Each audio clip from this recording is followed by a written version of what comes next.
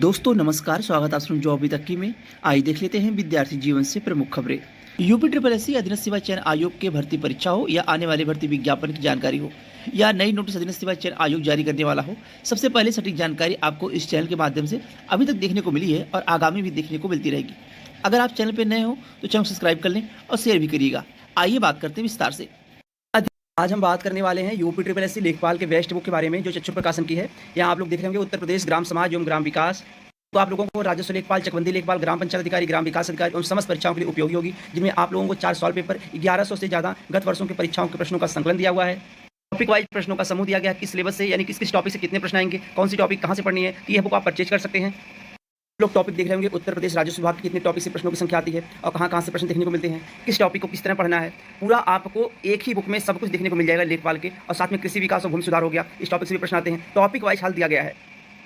सिंचाई के संसाधन हो गए, उसके बाद ग्राम विकास कार्यक्रम हो गए, केंद्र उत्तर प्रदेश सरकार की योजनाएं हो गई, प्रबंधन हो गया, यानी सब कुछ आप लोगों को इस बुक में देखने को मिलेगा। चक्षु प्रकाशन की राजस्व लेखपाल की बुक हो गई, ग्राम समाज एवं विकास हो गया, राजस्व लेखपाल हो गया, यानी कॉम्बो पैक है, आप लोग परचेज कर सकते हैं। दिए गए डिस्क्रिप्शन बॉक्स में लिंक के अनुसार अधीनस्थ सेवा चयन आयोग के परीक्षा एजेंसी को लेकर जो टेंडर निकाला गया था, इसमें जानकारी दी गई थी कि 27/9/2024 से 5/10/2024 तक परीक्षा एजेंसी का जो चयन हो जाएगा।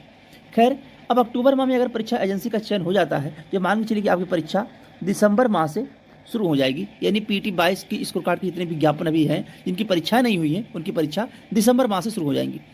और पीटी 23 के स्कोर कार्ड के जो 10 विज्ञापन हैं, इनकी परीक्षाएं 2025 में देखने को मिलेंगी। इस चैनल के माध्यम से आप लोगों को यह भी बताया गया था कि अक्टूबर के लास्ट नवंबर माह में परीक्षा देखने को मिल सकती है। तो उसका कारण था, बताया इसलिए गया था कि जिस परीक्षा एजेंसी का चयन हुआ था, उस परीक्षा एजेंसी को ऑफिशियल तौर पर बाहर आना बाकी था, लेकिन कुछ ऐसा टेक्निकल इशू आ जाता है कि परीक्षा एजेंसी को रद्द कर दिया जाता है। उसके बाद यह परीक्षा एजेंसी के लिए टेंडर निकाला जाता है, जो आप लोगों के सामने यह नोटिस है। अगर अक्टूबर माह तक परीक्षा एजेंसी को लेके काम हो जाता है, आयोग को परीक्षा एजेंसी मिल जाती है, तो उसके बाद मान के चलिए कि दिसंबर माह से आपकी परीक्षाएं शुरू हो जाएंगी और फिर लगातार परीक्षाएं चलेंगी। ज़्यादातर भर्ती विज्ञापन के परीक्षा पाठ्यक्रम जारी कर दिए गए हैं। कुछ 1-2 भर्ती विज्ञापन ऐसे बचे हुए हैं जिनके परीक्षा पाठ्यक्रम अभी जारी नहीं किए गए हैं, वो अभी अक्टूबर माह में जारी कर दिए जाएंगे। अधीनस्थ सेवा चयन आयोग को अक्टूबर माह में ही अस्थायी अध्यक्ष भी मिलने की पूरी संभावना है कि अस्थायी अध्यक्ष आयोग को मिल जाएंगे। अस्थायी अध्यक्ष जैसे ही मिलते हैं आयोग को, उसके बाद जो भर्ती विज्ञापन आने वाले हैं अधीनस्थ सेवा चयन आयोग के पीटी 23 की स्कोर कार्ड से, जिनकी जानकारी आपको दी गई है। एएनएम विज्ञापन हो गया और जेई इलेक्ट्रिकल मैकेनिकल का विज्ञापन हो गया। उसके बाद एक बड़ी भर्ती लेखपाल विज्ञापन हो गया, जिसका विज्ञापन आप लोग पिछले लेखपाल भर्ती विज्ञापन का जब नियुक्ति पत्र वितरण हो रहा था तभी जानकारी मिली थी कि लेखपाल विज्ञापन जल्द आएगा, लेकिन अभी तक विज्ञापन देखने को नहीं मिला। तो जो विज्ञापन पीटी 23 के स्कोर कार्ड से आना तय है, उनमें एएनएम है, जेई इलेक्ट्रिकल मैकेनिकल विज्ञापन है, स्टेनोग्राफर का विज्ञापन है, जूनियर असिस्टेंट का विज्ञापन है और लेखपाल का विज्ञापन है। इतने विज्ञापनों की चर्चा ऑफिशियली तौर पर से आ चुकी है कि विज्ञापन पीटी 23 के स्कोर कार्ड से जारी होंगे। अब अगर आयोग अस्थायी अध्यक्ष का इंतजार कर रहा है, इसलिए विज्ञापन नहीं जारी कर रहा है, तो विज्ञापन में स्वाभाविक सी बात है समय लगेगा। अब सब कुछ डिपेंड करेगा आप लोगों के ऊपर, क्योंकि 4 अक्टूबर के दिन छात्र जाने वाले थे आयोग में, तो आप लोगों से जानकारी भी दी गई थी। लेकिन अब ऐसी जानकारी मिल रही है कि छात्र 4 अक्टूबर के दिन नहीं जा रहे हैं, क्योंकि परीक्षा एजेंसी की जो बात की गई है 5 तारीख तक परीक्षा एजेंसी को लेकर काम कर लिया जाएगा। फिर आगे क्या आयोग की मंशा होती है, उसी हिसाब से आयोग जाने की बातें की जाएंगी।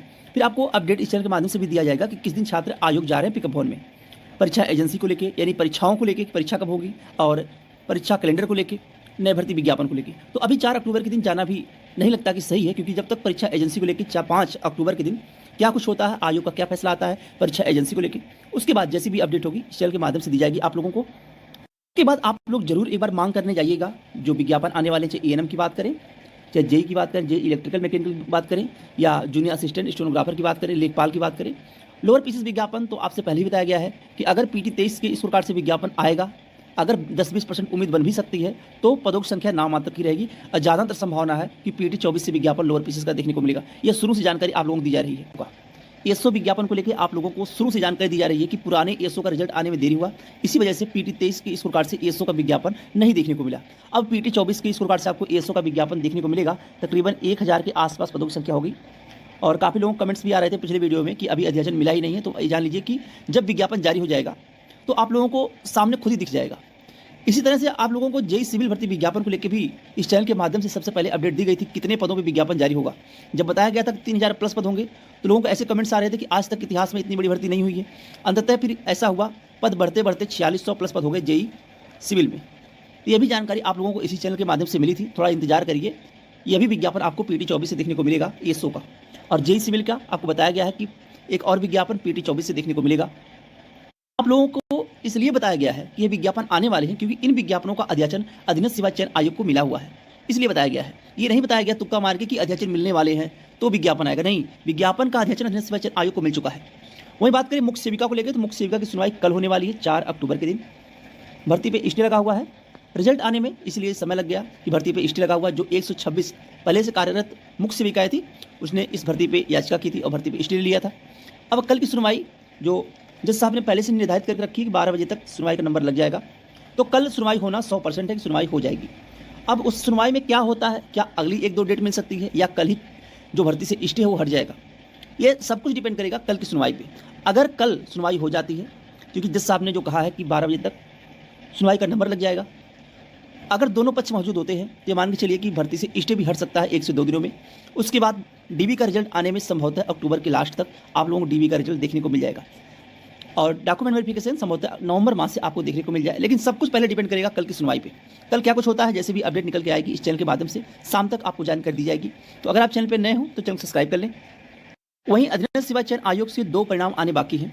एक बंद दरोगा का रिजल्ट हो गया, एक हो गया कंबाइंड टेक्निकल असिस्टेंट का।